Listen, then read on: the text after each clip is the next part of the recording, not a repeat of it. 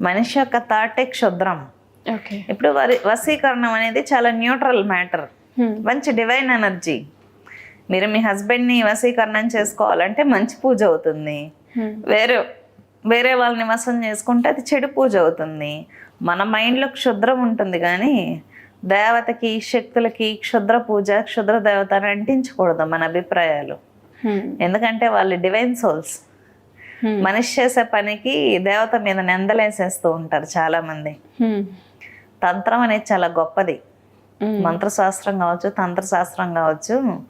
మనుషులు చాలా బాధలు పడుతూ ఉంటారని పరమేశ్వరుల వారు చాలా దయతో మనకు ప్రసాదించారు. అటువంటి వాటిని క్షుద్రం అని ఒక ట్యాగ్ వేసి వదిలేస్తున్నాం ఈరోజు. అంత క్షుద్రాలు అయితే దేవుడు మనకి ఇవ్వడు కదా. చాలా గొప్పవి. తంత్రశాస్త్రానికి చాలా గొప్ప ప్రాధాన్యత ఇచ్చారు మన ఋషులు. పెద్ద పెద్ద వాళ్ళని అందరూ నేర్చుకున్నారు.